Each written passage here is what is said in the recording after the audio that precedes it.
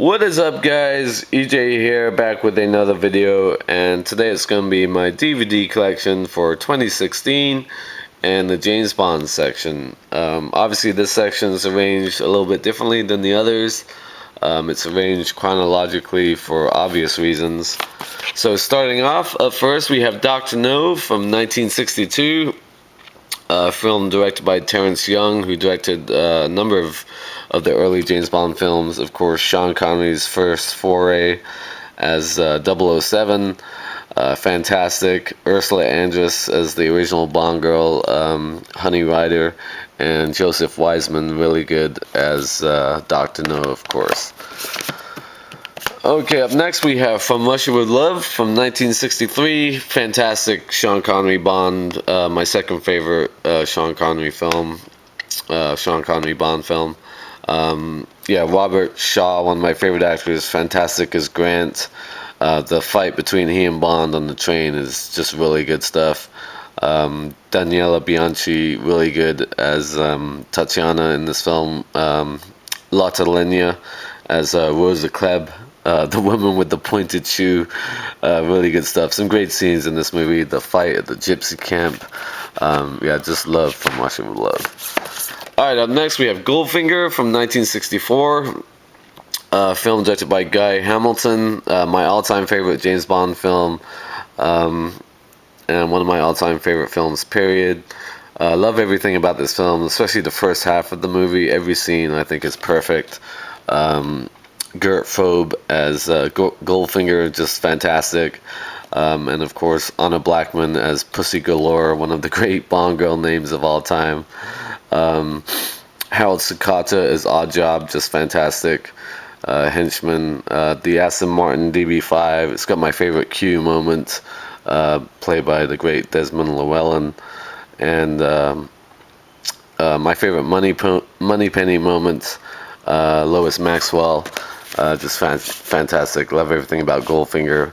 The song by Shirley Bassey. Everything about Goldfinger is fantastic. Up next we have Thunderball from 1965. Yeah, really good Sean Connery film, of course. I think it's a bit too long at almost 2.5 hours, but it's got some great fight scenes towards the end of the film. The underwater photography, some of the best of all time. The song by Tom Jones is really good. Adolphe Celli as Largo, a good villain, and Claudine Auger as Domino. Yeah, good film, Thunderball. Up next we have You Only Live Twice from 1967. Decent theme by Nancy Sinatra, but not my favorite Sean Connery Bond, the Japanese James Bond. I really like Donald Pleasance as Blofeld, and Karen Dorr makes a small appearance as sort of the villainess Bond girl.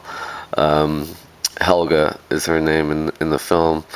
Yeah, not my favorite Sean Connery Bond.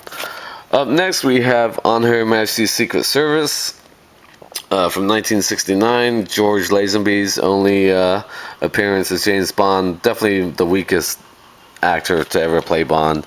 I think he's too cartoonish in a lot of scenes. But I love Diana Rigg as Tracy, the girl that he eventually marries at the end of the film. Telly Savalas as Blofeld, really good. Again, it's a bit too long, 2 hours and 22 minutes. But the end of the film is pretty emotional when he does get married. The scene where Moneypenny sort of sheds a tear as she lets Bond go. That scene always makes me teary-eyed as well. Up next we have Diamonds Are Forever from 1971. Again, directed by I think Guy Hamilton. Yeah, not a great Bond. Probably my least favorite Sean Connery Bond, to be honest. Charles Gray as Blofeld, who also appeared in You Only Live Twice in a small appearance as a different character, and Jill St. John as Tiffany Case. It's a bit silly. Diamonds Are Forever, and Connery looks kind of old to be playing Bond at that point. Alright, up next we have Live and Let Die from 1973. Roger Moore's first appearance as James Bond. The blaxploitation Bond, as I like to call it, because it came out the same year as a lot of great blaxploitation films, 1973. Yeah, Jane Seymour as Solitaire, really good. Yaphet Kotto as Dr. Kananga, Mr. Big, the villain. He's an awesome actor, and I love the boat chase sequence in the Louisiana Bayou. That's a fantastic scene. Yeah, it's got some good moments. Live and Let Die. All right, next we have The Man with the Golden Gun from 1974. Again, directed by Guy Hamilton. Christopher Lee, awesome as Scaramanga. You've got Hervé Villechaize as Knick Knack, his diminutive henchman. Britt Eklund as Miss Goodnight, good Bond girl. I like the whole sort of dual aspect of the storyline of The Man with the Golden Gun. It's sort of different from a lot of James Bond films in that respect. Alright, up next we have The Spy Who Loved Me from 1977, one of Roger Moore's best, film directed by Louis Gilbert, or Gilbert. He also directed You Only Live Twice. Yeah, Barbara Bach, really good as Triple X, Kurt Jurgens as the villain. I really like the chase scene with Naomi. She's like has a small appearance. She's the one flying the helicopter during that chase sequence. Yeah, I think the actress's name is Caroline Munro. Really memorable, if short-lived, villainous Bond girl. Up next, we have Moonraker from 1979. Probably my least favorite Roger Moore James Bond, for obvious reasons. James Bond in space, a little bit silly.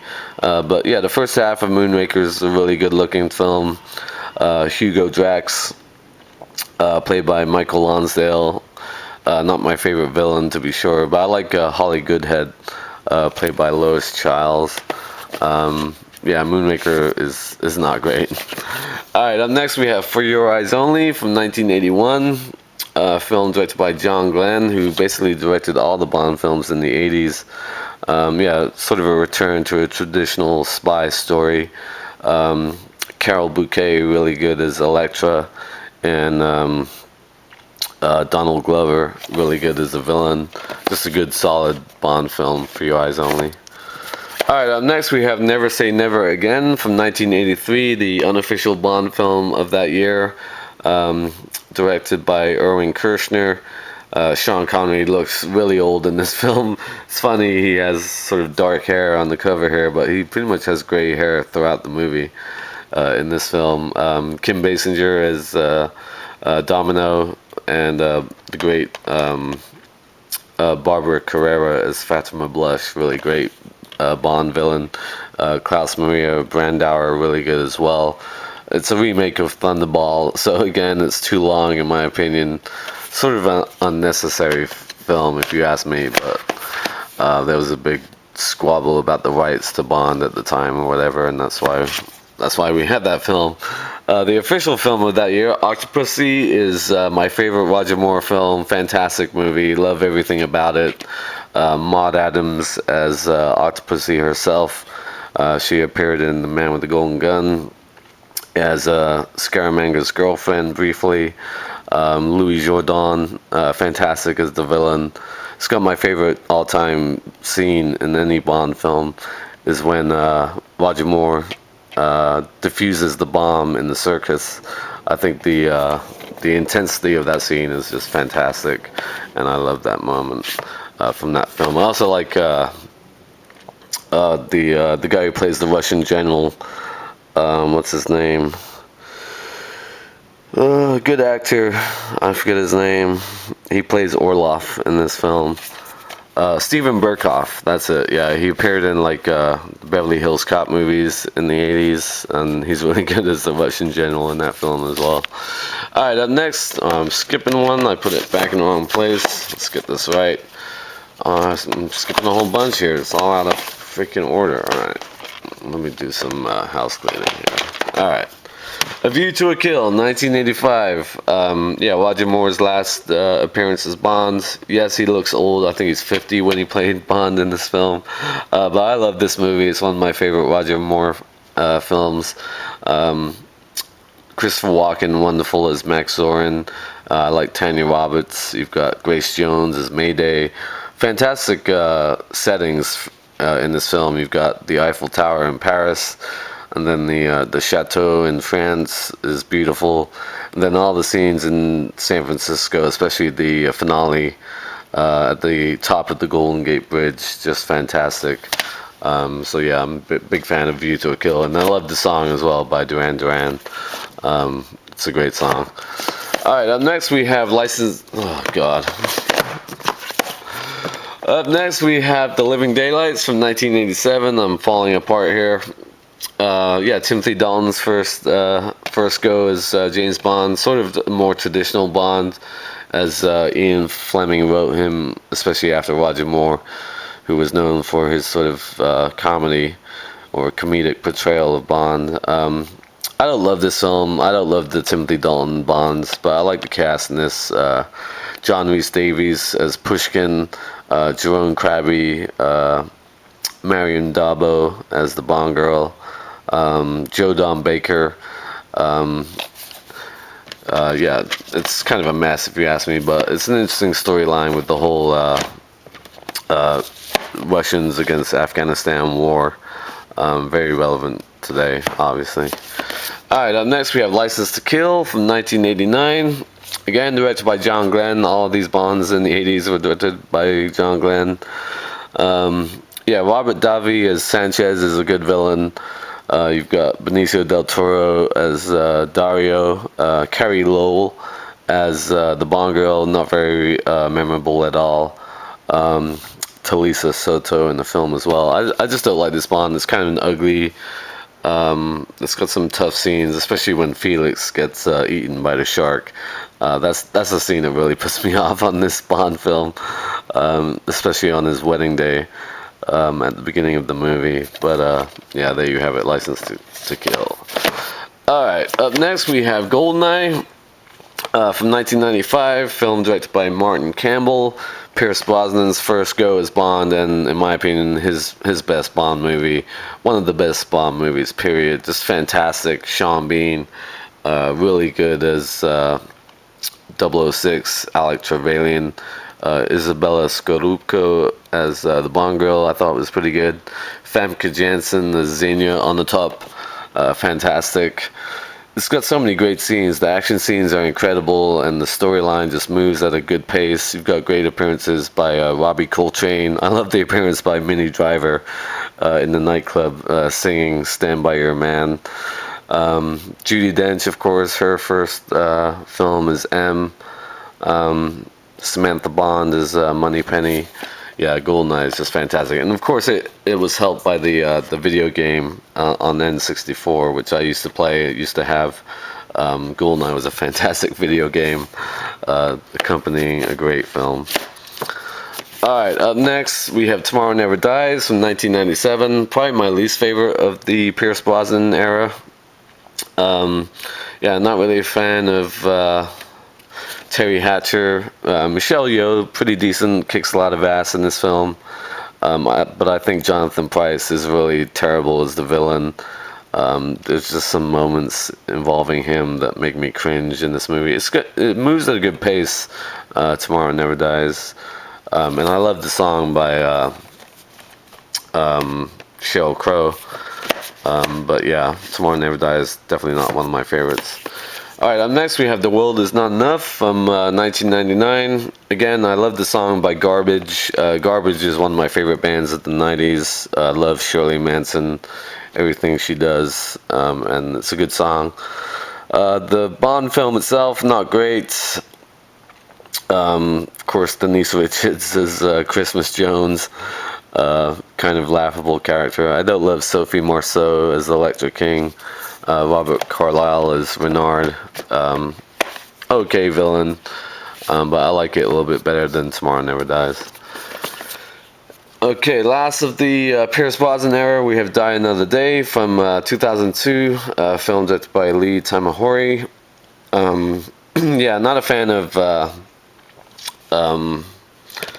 Halle Berry as Jinx. But I liked Toby Stephens as Gustav Graves. There's some good action scenes. It's kind of silly fun, this film. It's kind of a guilty pleasure for me, if you ask. And I really like Rosamund Pike.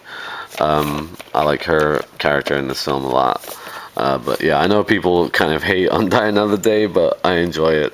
I'm not gonna lie. Alright, moving on to the Daniel Craig era.